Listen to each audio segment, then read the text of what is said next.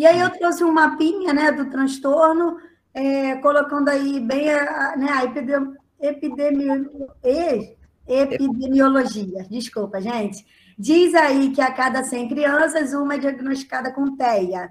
E, mais frequentemente, é mais meninos do que meninos. Mas, como a Cláudia falou, isso não é bem assim, né? Está sendo estudado. Muita coisa no autismo também ainda está sendo estudado, tá? Ainda não tem as causas, né? Tudo está sendo muito bem estudado, né? Existem estudos e mais estudos, mas não tem nada concreto ainda, tá?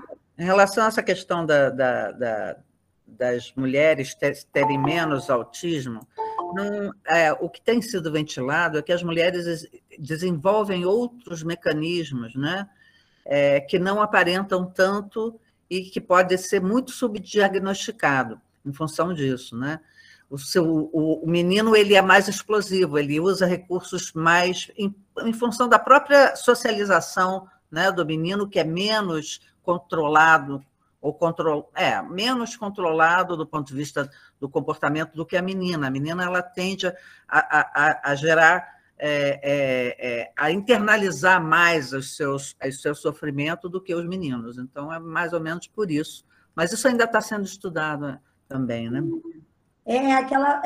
Aquele termo, né? Elas conseguem disfarçar. Né? Mascarar. É um controle, consegue mascarar, exatamente. Uhum. E fatores ambientais, né? Segundo a etiologia, fatores genéticos, né? A idade avançada dos pais, mas também tudo é muito estudo, tá, gente? Não tem nada que é isso mesmo. Não tem um marcador biológico, né? Você tem que ver por várias observações e durante um longo tempo. Você não faz um diagnóstico de autismo em 15 minutos, como é o que tem sido feito em protocolos por aí, né? Exatamente. E o diagnóstico do autismo, ele precisa de várias questões, né? Ele precisa da entrevista com os pais, de testes, de testagens, né? E essa entrevista com os pais, ela não se dá um único momento, porque de início os pais não sabem o que responder, tem medo, porque esse primeiro contato com o pai, ele vai muito assustado. Então, não, é normal, não faz, não, tá certo. E aí, depois, ele vai soltando aos poucos a questão da gravidez, como é que foi, a questão do parto, como é que foi. E aí, você vai costurando, né? Por isso que eu falo, vamos fazer entrevista naquele primeiro dia, primeiro contato que você vê a pessoa. Você nunca viu a pessoa na vida, a pessoa nunca te viu. Você acha que a pessoa vai abrir um livro ali para você? Não vai, não vai. Então, assim, tem que ter mais contatos. E aí você tem que observar, levar a criança a campo, observar, pegar relatórios da escola, visitar a escola para poder realmente observar isso tudo, né? Ver as habilidades de comunicação da criança, ver o comportamento, para depois fechar. Então, assim, é como a Cláudia falou, demora, não é em 15 minutos, não é em um dia, né? E não é fácil também diagnosticar o autismo. Sinais de alerta, né? Atraso no sorriso social, dificuldades no contato visual, interação inadequada e sensibilidade a sons altos. Por que eu trouxe esse mapinha? Porque, assim, dificuldade no contato. Ele não olha, ele é autista. Gente, não é assim, papum, né? Você tem que observar como que ele não olha, o que está acontecendo. Ou o contrário, né? Aí ele olha, então ele não é autista. Isso, ele olha, mas ele não é autista, não, ele abraça. Tratamentos, né? Medicamentos. É importante, tem medicamento que tranquiliza, que acalma, que coloca alguma questão ali que ele precisa, que às vezes é uma questão de sensibilidade, às vezes é uma ansiedade. O autismo, ele tem muito isso. Muitos têm uma ansiedade muito exagerada, e aí precisa do controlador. Só que não somos nós que temos que falar para o pai o que tem que tomar. Isso aí é o tratamento com o clínico, né, com o médico, com o neuropediatra e com o psiquiatra que vai ver essa questão. Então, às vezes, a criança está fazendo uso de um remédio, eu já vi muita gente falar assim, mãe, mas esse remédio, ele continua assim. Gente, ele tem autismo. Ele vai apresentar ecolalia, ele vai apresentar aquela fala repetitiva, ele vai ter a dificuldade que ele já tem. O remédio não vai curar isso, não. o remédio vai tratar organicamente. Então, assim, a gente tem que ter muito cuidado com isso, tá? Porque aí a gente embola a cabeça dos pais. Ah, vou tirar desse médico, esse remédio não está funcionando, bota para outro. E aí os pais ficam pipocando de médico até aparecer a cura, né? Ou o milagre. Não é assim, né? Eu vou fazer uma observação aí, porque autismo não é doença, né? Não. O que é doença, muitas vezes o autismo ele nasce com uma epilepsia, ou ele nasce com outros distúrbios e comorbidades que fazem com que ele precise de uma orientação médica e, enfim, de um acompanhamento médico. Mas, de uma maneira geral, o autista, a condição de autista não é uma doença, isso é uma coisa que ele é diferente dos outros. Tá? Então, isso não tem cura, porque não é doença, em primeiro lugar, é uma condição. Né? Então, é importante a gente colocar nesse sentido. E o que todos esses profissionais eles vão fazer é, de uma certa forma, minimizar as limitações que ele tem pela condição que ele tem. Assim como uma pessoa não tem a perna, ele não vai ter que ter algum recurso para que ele possa vencer essa limitação. Só que o autismo, a limitação dele não é física, é uma limitação de processamento de informação, é uma limitação sensorial, é uma limitação de sociabilidade, são limitações de outras naturezas, mas que não fazem disso uma doença, fazem uma condição que tem que ser cuidada, vamos dizer assim, e, obviamente, quanto mais precoce, melhor, né? Exatamente. É isso que você até falou que não é doença, né? Então, assim, o remédio, gente, não existe remédio para autismo. Às vezes, se o autista faz algum uso de algum remédio, é devido a alguma comorbidade ali que ele apresenta e que precisou. Não é porque ele é autista que tem que tomar. E aí, às vezes, a gente vê casos de autismo, de pessoas com autismo que não tomam remédio e as pessoas acham que tem alguma coisa errada. Não, o médico viu lá, não há essa necessidade, né? E o que Cláudia falou realmente é a questão da sociabilidade, que a gente tem que intervir para trabalhar, para ajudar ele a lidar com isso. A questão do seu comportamento, porque às vezes é impulsivo, ele não consegue controlar, então ele precisa desse ajuste, desse controle, né? Um exemplo assim, para a educação infantil, quem está aí na educação infantil, faz a rodinha e ele pula fora da rodinha, ele não fica, mas ele não gosta.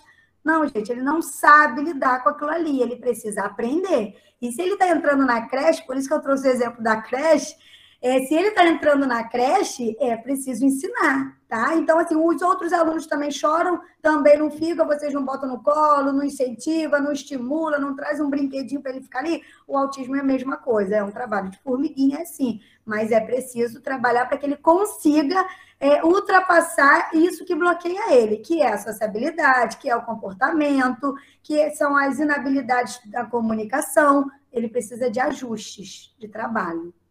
Gabriele, vamos começar a encerrar? Pode passar, Posso passar aqui? Está chegando, está chegando. O estudo dessa pesquisa visou enfatizar a importância da educação cognitiva sobre a síndrome autística e as contribuições às práticas psicopedagógicas, que, se realizadas de forma correta, com habilidades, sabedoria e respeitando as particularidades de cada indivíduo, alcançarão resultados muito positivos. Pode passar, Cláudia. E é isso, gente. Se fizer um trabalho individualizado, a gente consegue resultado com esse autista sim, tá? Não pode botar tudo dentro da mesma caixinha. São todos autistas, vou fazer isso aqui porque é mais prático para mim. Aí você vai ver resultado em um sim, outro não. Mediou-se, assim, um diálogo entre a área cognitiva e a prática psicopedagógica, com o indivíduo com espectro autista, onde foi possível conhecer diversos métodos para trabalhar com ele, com esse indivíduo. Pode passar. Eu poderia fazer uma pergunta?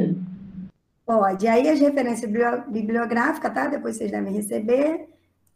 Bom, agora vamos passar, vou abrir aqui para o pessoal poder fazer pergunta pelo chat, mas vocês também podem fazer perguntas aí ao vivo, quer dizer, libero o microfone, tá? E pode fazer, tá? Eu só vou dar uma resumida, né, no trabalho da Michele, que eu achei um trabalho bastante interessante também. O que me chamou mais atenção foi o fato de que, em todos os ambientes do mundo onde a vida deveria ter preocupação com todas esses tipos de limitações, porque isso se chama respeito, né? Eu acho que a gente está nesse momento de conquistar respeito para essas pessoas que têm limitações, pessoas com deficiências de diversos tipos. Não só pessoas com deficiências, porque a gente está trabalhando com diversidade. A gente tem preconceitos, a gente tem estereótipos, a gente tem estigmas, a gente tem muitas coisas que estão sendo agora refletidas, pesquisadas, conversadas, e que essas pessoas elas têm que ter espaço de palavra, para que elas possam falar o que é melhor para elas, como é que elas vão poder ter os direitos delas garantidos, né? Eu acho isso fundamental. E eu acho que Gabriele trouxe uma coisa bem legal, que é essa questão da diversidade também dentro do transtorno do espectro, porque você não pode trabalhar com uma pessoa que tem achando que ela está dentro de uma caixa que todo mundo é igual. Isso é muito complicado, porque você, às vezes, querendo até ajudar, você pode prejudicar. E uma questão também que eu acho muito importante é essa questão de você trabalhar com todas as pessoas que estão envolvidas com aquele sujeito, tá? Para que ela possa se beneficiar de uma maneira mais plena e o mais cedo possível, né? Então, a família tem que estar junto, a escola tem que estar junto, a comunidade que está ali, né, convivendo. E vou te dizer mais, quem vai se beneficiar não é só o autista, são todos os que estão em volta. Tá? Exatamente.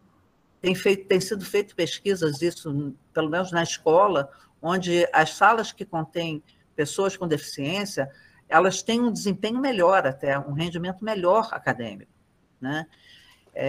E fora outros rendimentos de compaixão, solidariedade, enfim, aceitação da inclusão, né, Cláudia? Porque, assim, o ato de incluir socialmente é estar todos participando do mesmo, né? Não tem ninguém ali diferente, há um lugar diferente ali para você. Ninguém é melhor que ninguém, todo mundo tem suas dificuldades, né? Eu posso não ter uma dificuldade, uma deficiência, mas eu tenho dificuldades emocionais, enfim, eu tenho dificuldades, todo mundo tem, o outro não consegue falar em público, o outro não... Tem tantas coisas que limitam as pessoas, não só as pessoas com deficiência, né? Então, a gente tem que pensar um pouquinho mais, né? E essas pessoas, elas têm direitos. Agora, o que eu acho mais importante é elas terem um espaço de palavra para que elas possam dizer por si, né? Ter autonomia e independência para poder lutar pelos direitos que têm, né? Bom, então agora vamos ver aqui. Alguém quer falar? Eu vou ver aqui nas perguntas se tem alguma coisa que ainda não foi falada. Boa tarde. Eu tenho uma aluna na escola que eu faço estágio e ela tem 2 anos e 8 meses, ela não fala, né? É uma coisa bem preocupante para mim, porque sei que a gente não deve comparar as crianças, mas crianças menores lá dessa mesma creche já falam, já conversam, já dizem o que elas querem. E com a palestra da Gabriele, eu percebi algumas coisas que, sem saber muito, porque eu não tenho muita experiência, ainda estou me formando, na verdade eu estou estagiando nessa creche, né? E eu pude reparar, né, que às vezes eu faço coisas inconscientes com ela que acabou dando certo, como por exemplo, toda vez que acabava alguma atividade e a gente já seguia para a próxima, ela não aceitava. Assim, pular de uma atividade para outra, sem falar para ela assim, a gente agora vai fazer isso aqui. Mesmo ela não falando, ela se estressava, chorava, ia para o canto da sala, muitas vezes se escondia da gente lá, e com o tempo a gente foi tentando contornar a situação para que ela não tivesse assim uma crise de choro ou começasse a gritar, e ela não fala nada, assim. Só falava mamãe e pronto. Aí, agora, assim, às vezes acaba o parquinho, eu pego uma próxima atividade, ela não tem laudo, não tem nada, eu pego uma próxima atividade e mostro para ela. Vamos fazer isso aqui? Aí ela concorda que sim com a cabeça, e aí ela aceita entrar na sala, aceita fazer atividade, mas sempre assim, sempre dizendo para ela o que a gente vai fazer depois. E conversando com outros colegas da área e tal, muita gente disse que ela poderia ser autista, porém ela não tem laudo nenhum. Então eu não sei como prosseguir com isso. Vanessa, Eu tenho muita dúvida. só um momentinho. Tem pessoas aqui que estão perguntando se tem que marcar presença aqui. Tem que marcar sim. Tá bom. Eu estou um pouquinho enrolada, eu vou trazer o link aqui já para vocês, tá? Para vocês poderem fazer isso, tá? E eu vou pedir também às pessoas que reduzam um pouquinho a fala, porque tem outras pessoas que querem falar também, tá? Pode responder, Gabriela. Posso? Então, foi a Vanessa que estava falando ou a Sabrina? Vanessa. Tá, eu fiquei olhando para a Sabrina. Então, Vanessa, você está fazendo estágio nessa escola. O que você pode fazer é conversar com o professor, juntos podem fazer um relatório e encaminhar a orientação da escola. Se a escola tiver orientação, o primeiro passo é encaminhar a orientação, pedir que faça uma observação também nessa criança. A orientação deve chamar a família e conversar, e se necessário for, pedir uma avaliação do fonoaudiólogo. Aonde que a gente que batem de frente com essa situação? Aonde que a gente, às vezes, fica sem saída? Porque a mãe leva no fono, o fono fala assim, até 4 anos é normal. Aí volta a mãe para a escola, olha, até 4 anos é normal, ela não quis avaliar, não quis ver, não quis observar. Então, por que é importante o relatório? A gente vai colocar tudo que a gente está vivenciando com essa criança ali no espaço escolar, né? Cuidado com os termos escritos, cuidado com as palavras, eu sempre falo muito isso, mas a gente tem que colocar para o pai ali como que é essa criança. E perguntar ao pai em casa, o que você observa, o que você vê, como você vê. Porque aí tem família que aceita bem, conversa, olha, realmente em casa ele também não está falando, e blá, blá, blá, e vai explicando, e vai colocando a situação. Então, assim, caminho, primeiro passo, caminhar para a orientação. E aí a orientação sabe também o que tem que fazer, entendeu? Entendi. Tem uma fala aqui que é bem característico. Uma menina disse que na escola dizem que o menino é autista e que ele é agressivo. Ela está perguntando se é normal, ou seja, se é comum o autismo trazer essa agressividade. É essa a questão. Eu acho que isso é muito comum da gente ver, né? Quem quer responder? Michele? Pode responder, Gabriel? É muito comum, eu vivencio todo dia isso. As pessoas confundem muito essa questão de é agressivo, é autista, não fala, é autista. Então, é o que a Gabi estava falando. Os rótulos, né? Que as pessoas escutam e vão reproduzindo sem ter o trabalho de pesquisa. Então, esse espaço aqui é fundamental para essas questões, porque antes da gente diagnosticar por nós mesmos, a gente precisa pesquisar, buscar, né, para não rotular uma criança, porque às vezes a criança ou é autista ou não é, e já leva o rótulo. Não fala, é autista. Tá com birra, é autista. Não quer ficar na rodinha, é autista. E nem sempre é assim, né, gente? Existe timidez. Oi, Cláudio? Existe timidez, criança que é muito tímida. Existem momentos em que a criança está passando emocionais, em que ela tem uma tristeza, que ela tenta se refugiar. Vamos dizer assim, a expressão da criança ela pode ser diversa, mas a causa ela pode ser qualquer coisa. Você não pode já julgar e pré-julgar só por um comportamento ou por 2 comportamentos. Você tem que ver isso ao longo de vários olhos, com vários tipos de técnicas diferentes, com vários tipos de olhares, na realidade. É o psicopedagogo que vai ver a aprendizagem, é o psicólogo que vai ver o sofrimento da criança, é o neurologista que vai ver o cérebro, como é que está, o psiquiatra vai ver se precisa de medicação, enfim.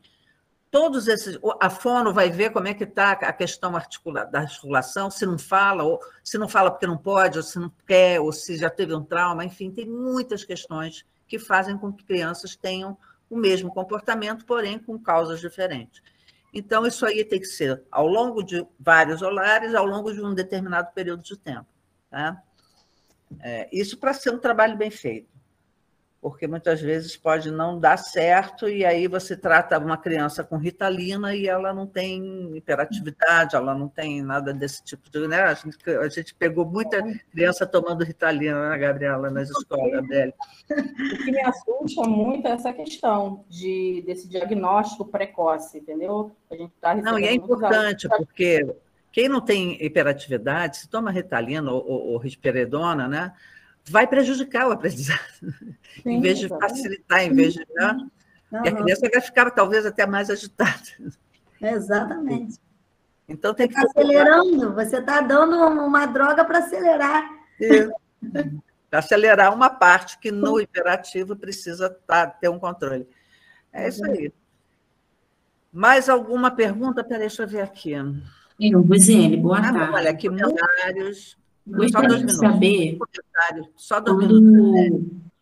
Quando o autista ele tem uma alimentação diferenciada. Aí, quando ele chega na escola, que a gente não tem como ofertar essa alimentação. Eu conheço 2 casos assim, que é muito difícil o aluno só come coisa crocante, só toma refrigerante, não toma água, não tem nenhum tipo de alimentação específica.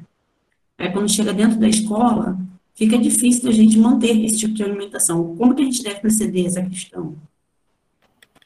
Cláudia, posso responder essa? Pode responder. Eu estou, inclusive, fazendo um artigo sobre essa temática aí, né? Alimentação. Realmente, a alimentação de alguns autistas, ela precisa ser diferenciada sim, tá? Questões de hipersensibilidade, de intolerâncias, e é preciso rever. Essa sua escola é pública, Rosiane? Sim. Então, você vai direcionar esse assunto à sua diretora, tá? Pode ser a orientação também, porque eles têm que, na SEMI, né, na Secretaria de Educação, conversar com a parte de nutrição, e esse aluno vai precisar ser cortado de alguma alimentação, sim, tá? E aí é só a escola mesmo que vai poder ver com a nutrição, e a nutrição que vai dar esse respaldo, mas é direito dele, e se ele não pode comer alguma coisa, vai precisar ter a troca, tá? E a questão da alimentação é muito séria, porque tem certos tipos de alimentação, corante, por exemplo, acelera demais o cérebro, né, da criança, ele fica hipoativo. Então, assim, você quer acalmar a criança, mas você está tampando o guaravita nele, entendeu? Então, assim, não está certo. Mas conversa com a direção da escola ou passa pela orientação, que a direção precisa ver com a nutrição, tá bom? Tá bom, obrigada. Gente, vocês podem continuar conversando aí, eu vou tentar pegar aqui o link. Posso falar, Cláudia? Pode, a Michelle primeiro. A Michelle, ela tem um filho aqui, que ela já falou aqui. Olha, primeiro eu queria agradecer e falar que queria ser vizinha de vocês duas, sabe? Para cada boa tarde, assim, eu estar extraindo alguma coisa boa. Incrível, pena que o tempo é curto. E pegando um pouquinho da fala da Gabi, sobre a sensibilidade, a especialização do profissional que atende essa criança, ultimamente, assim, a gente teve várias barreiras lá que foram superadas, graças a Deus, no decorrer do desenvolvimento com meu filho. Hoje ele está com 9 anos.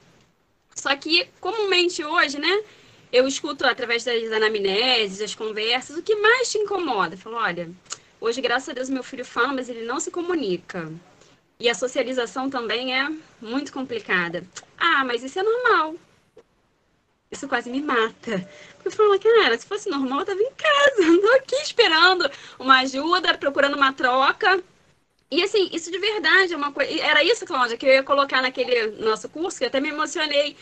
Porque isso de verdade é algo que mexe comigo, que eu falo, gente, eu sei que é característico. Como muitos é característico não falar, como muitos é característico de não se alimentar, né? Ter seletividade. E assim, o espectro traz essa complexidade. Fiquei apaixonada pela fala das duas, me acrescentou e muito. Tenho certeza que eu vou conseguir passar muita coisa para ele, para o desenvolvimento dele.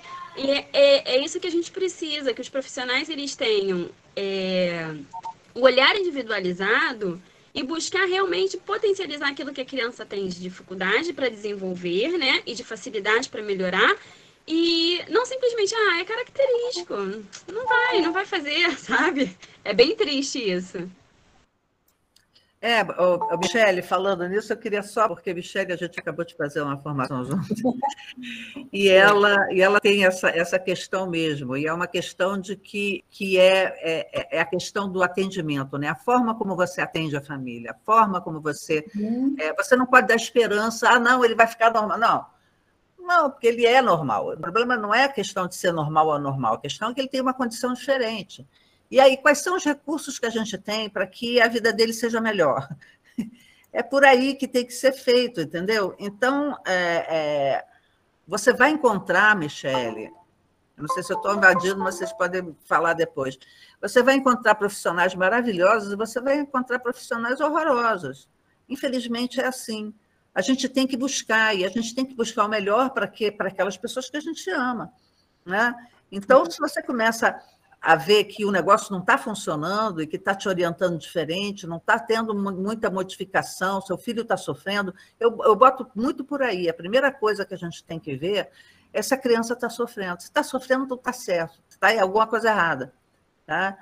Porque não é a condição autista que promove o sofrimento. É exatamente a discriminação, a falta de saber lidar com a problemática dele. Entendeu? Na verdade, Cláudia, assim, graças a Deus, na minha caminhada, eu tive profissionais maravilhosos, tanto na escola quanto no atendimento de terapia.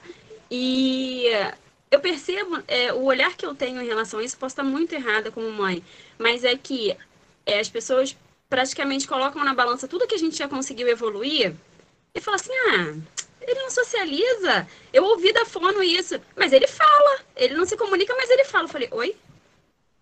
O que adianta ele falar só no momento que ele quer e ele precisa pegar um ônibus para pedir uma informação? Não conseguir pedir uma informação? Então, assim, eu acho que é isso. Colocam na balança tudo que a gente conseguiu evoluir e falam, mas ele fala, ele só não se comunica e não socializa. Não é só. Para mim é algo, assim, muito grande ainda a ser conquistado. Eu tenho muita admiração por você, Michele, porque você não desiste. Eu acho ótimo, porque você corre atrás. E seu filho ainda está pequeno, e ele vai se beneficiar muito dessa tua garra, entendeu? Não sei se as outras querem falar alguma coisa sobre isso.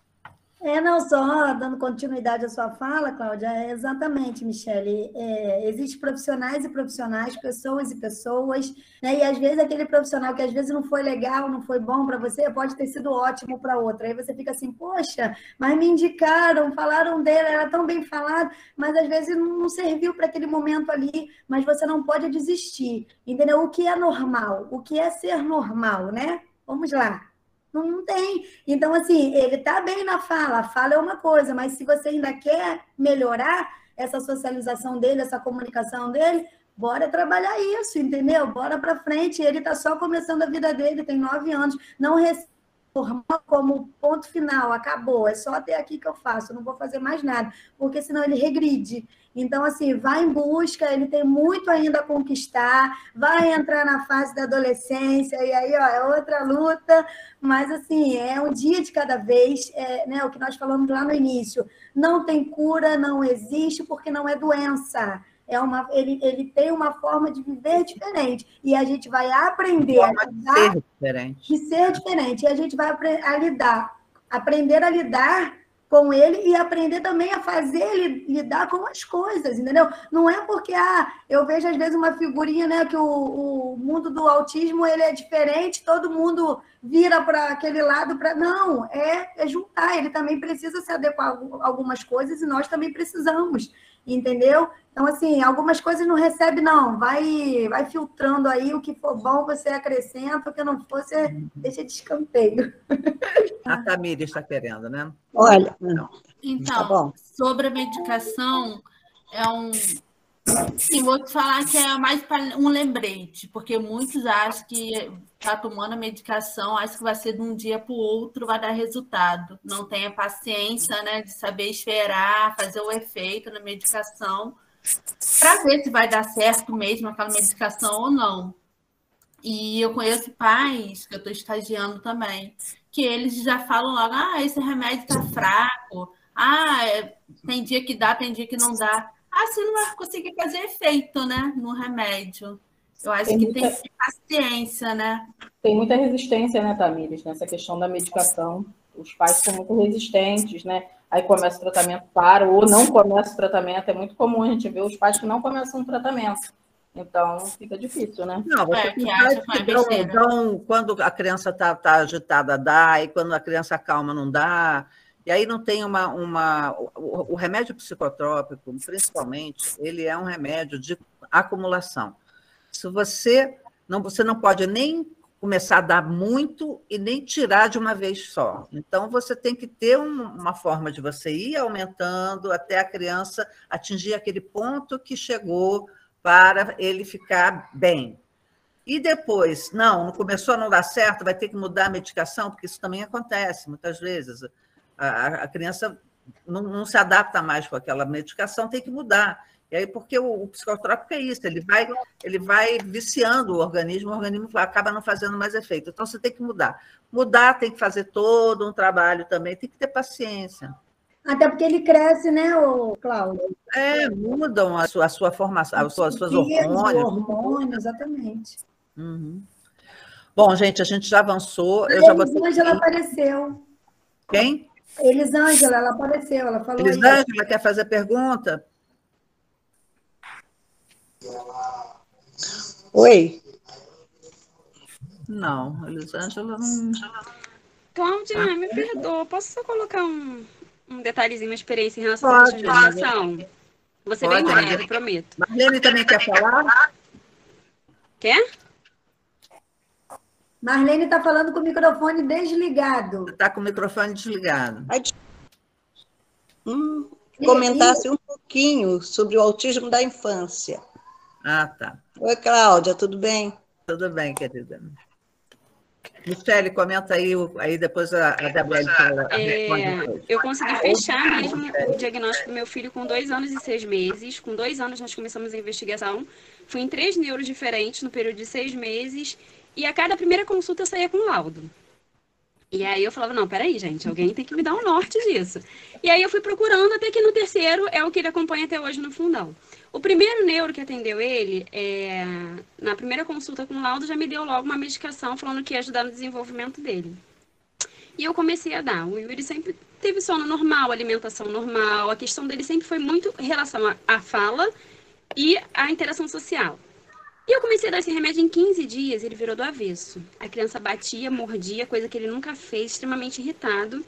Eu resolvi parar a medicação e ter uma segunda opinião.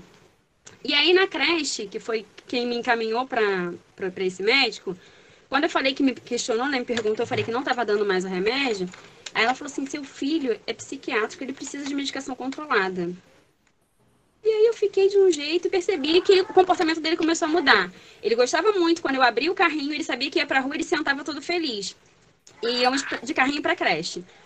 Conforme o tempo foi passando, ele começou a ficar avesso ao carrinho. Eu falei, poxa, o carrinho ficava na creche. Eu falei, será que estão deixando ele preso? Foi aí onde eu larguei emprego, resolvi tirar ele da creche e vim parar em Saquarema. Faço acompanhamento dele hoje. E aí eu fiquei um pouco pé atrás em relação a essa questão de medicação. Assim, alerta, né? Não aberta a qualquer coisa que me colocasse. Eu questionava, eu queria saber o porquê, o que ia ser bom, o que não ia. Quando eu cheguei no fundão, falaram, mãe, a princípio não vamos dar medicação, não precisa. E ficamos assim durante uns 2 anos. Até que num período de férias escolares ele começou com um ranger de dente intenso. E levei na pediatra, mãe, isso é neurológico. E levei no neuro, mãe, isso é relacionado à mudança de rotina, por conta das férias. Nesse dia eu fui atendida pelo médico-chefe da neurologia infantil. E ele ficou muito assim, ele falou, poxa, eu não queria entrar com essa medicação só por isso, porque ele dorme bem, porque pode afetar outras coisas. Ele ficou muito assim e a gente teve uma troca legal ali. Vou passar então 0,5 de manhã, 0,5 à noite de risperidona. Doutor, ele dorme bem à noite, precisa à noite? Então não, mãe, vamos deixar só de manhã, só para tentar dar uma aliviada nessa questão dele. E aí ele ficou tão coisa que ele me passou a receita errada, eu não conseguia comprar o remédio. Eu não lembro se na época ele colocou comprimido e era ml, eu não sei. Eu sei que nisso eu fui atrás de um dentista para tentar dar uma placa de acrílico, que seria a segunda opção. Enfim, nesse período, assim, vamos dizer, de 1 mês, voltaram as aulas, reduziu em 80% o ranger de dente. Falei, caramba, então tá dando certo. Voltei no médico, expliquei tudo. Mãe, então não dá o remédio. Próximo ano, férias escolares, tudo de novo. Aí eu falei, meu Deus do céu. E nesse, voltei com a mesma questão, fui atendida por uma residente. Nada contra, são maravilhosos. Aqui, meu filho. Aí, ela, assim, 6 meses depois, me passou, em vez de 0,5, 2,5. E eu questionei, falei, gente, é muita coisa, muita diferença. Ah, não, porque tem que ser assim. E aí eu tentei ter aquela troca com ela não me ouviu. Eu falei, tá bom, peguei a receita e levei pra casa. Falei, não vou dar. Vamos esperar passar as férias escolares, que eram férias curtas, e vamos ver o que acontece. E aí, voltei, até que assim, nessas idas e voltas, ia melhorando. Eu falava, gente, eu queria alguma coisa que fosse um paliativo. Eu não queria entrar com uma medicação controlada para ter que agir com uma coisa que é pontual. É um período de férias escolares. E depois ele volta ao normal. E aí, até que um dia eu peguei um médico, que assim, eles passam um caso junto com um neurologista-chefe. E vendo todo o decorrer do prontuário, pode ver lá. Vendo todo o decorrer do prontuário, ele falou assim, você é bem resistente à medicação, né? Eu falei, não. E aí eu contei pra ele todo o histórico, e ele falou assim, mãe, você tem razão. E eu consegui controlar durante um tempo essa ansiedade, esse ranger de dente, com homeopatia, uma receita controlada, uma receita forte da homeopatia, mas que hoje ele já não precisa mais. Assim, eu fiquei com o pé atrás. Eu não sou contra a medicação, eu sou aberta, mas eu sou aberta a essa troca. Sabe? A gente entender, vem cá, por que vai ser necessário? Vai ser realmente ajudar? Eu sou muito aberta a isso. Michele, eu acho que o seu exemplo é bem didático aqui para a gente, porque você corre atrás, você quer saber, você teve, sei lá, 4 diagnósticos diferentes do seu filho, então não tem nenhum problema você duvidar das medicações, dos profissionais. Eu acho que está certo, porque o seu filho é único, entendeu? Ele não pode ser tratado como uma massa. Então, você tem que pegar um profissional que olhe para ele dessa forma, como ser único, que vai experimentando junto com você, porque quem sabe mais do seu filho é você, não é o médico, entendeu? Nem o psicólogo, nem a fono. A fono vai fazer alguma coisa e você vai contextualizar isso, porque é você que vive com ele. Tá? O profissional se beneficia muito dessa postura de mãe que você tem. Né? Porque muitas vezes também, quando a mãe não tem nenhum conhecimento, ela quer uma resposta pronta, ela quer uma receita de bolo, também não funciona, entendeu?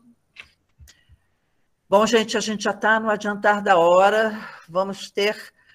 acho que levantaram a mão, não se pronunciaram. Alguém mais quer falar? A Marlene pediu para vocês darem uma geral sobre autismo infantil. Eu acho que é legal falar assim. É isso, sim. Mas o que propriamente ela quer falar, quer que a gente fale? Por que se fala autismo da infância? Eu trabalho com um aluno que tem autista, a mãe não sabe explicar, mas está no laudo dele, autismo da infância. Sim, então, é o que eu falei lá no início, tem médicos que se apropriam da escrita antiga, né? E nós já estamos no DSM-5. Não, é isso aí que eu quero, para a escrita nova, para eu entender o que é hoje. Entendeu? É transtorno do espectro autista. Não tem mais aquilo não tem aquela definição. Isso, síndrome de Asperger, síndrome de... Não, ele é transtorno do espectro autista, né? Ele faz parte desse espectro, entendeu?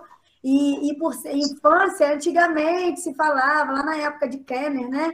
Era autismo infantil, falava isso aí, autismo infantil, só que eles cresceram, eles viraram adolescentes e adultos.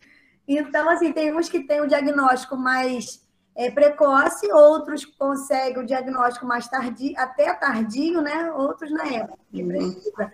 Mas não se utiliza muito o autismo infantil, não. Mas quando a gente direciona é porque deve ser criança, entendeu? Mas ainda tem alguns médicos escrevendo uma escrita mais antiga.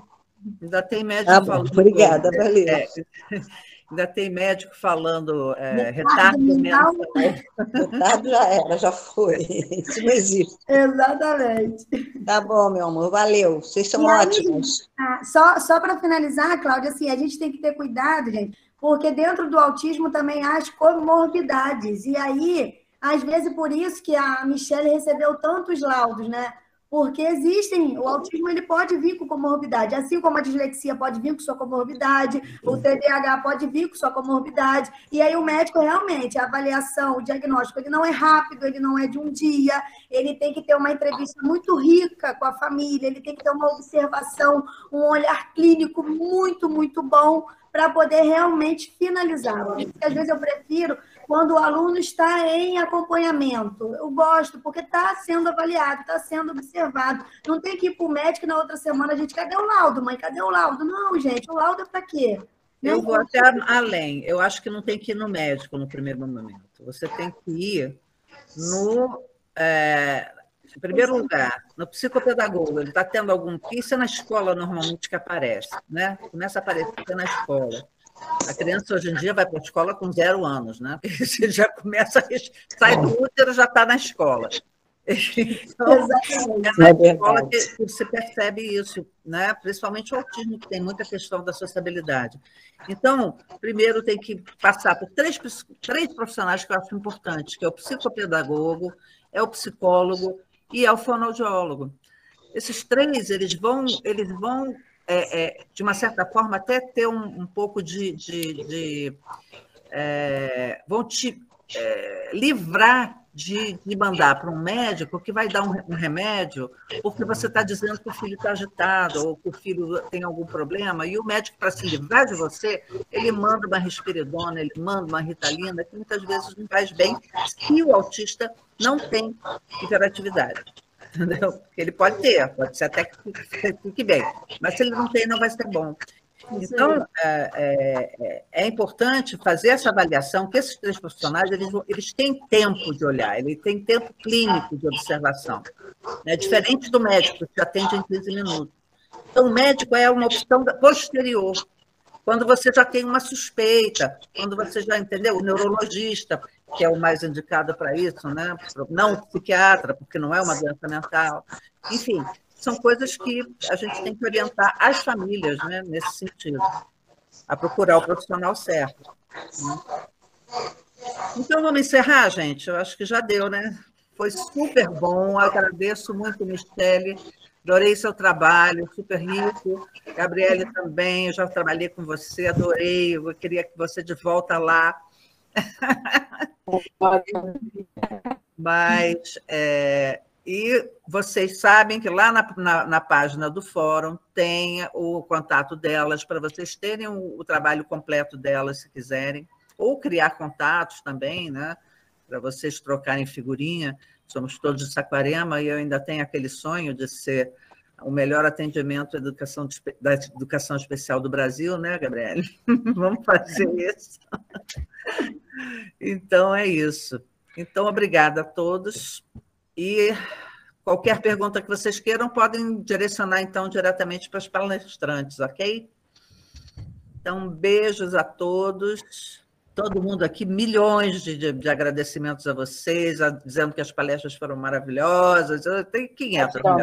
Aliás, foi das que eu fiz, foi a que teve mais, chegou a 100 e poucas pessoas. Que bom. Bombou mesmo. Então, é um assunto que realmente está na moda. Cláudia, Gabi, fala quem está aqui. Oi! Ai, Luan! Tudo bem? Então tá, gente, vamos encerrar então. Eu quero só agradecer a todo mundo, parabenizar a Michele, seu trabalho foi maravilhoso. Obrigada, agradeço também. E agradecer aí a participação de todo mundo, tá? Espero que todos tenham acrescentado conhecimentos, né? Com a fala da Michele, com a minha e com a da Cláudia. Obrigada, Claudinha. Saudade. Beijo. Obrigada, gente. Beijo. O link está aí, hein? Vou dar mais 5 minutos para vocês poderem acessar, preencher o formulário e mandar, tá?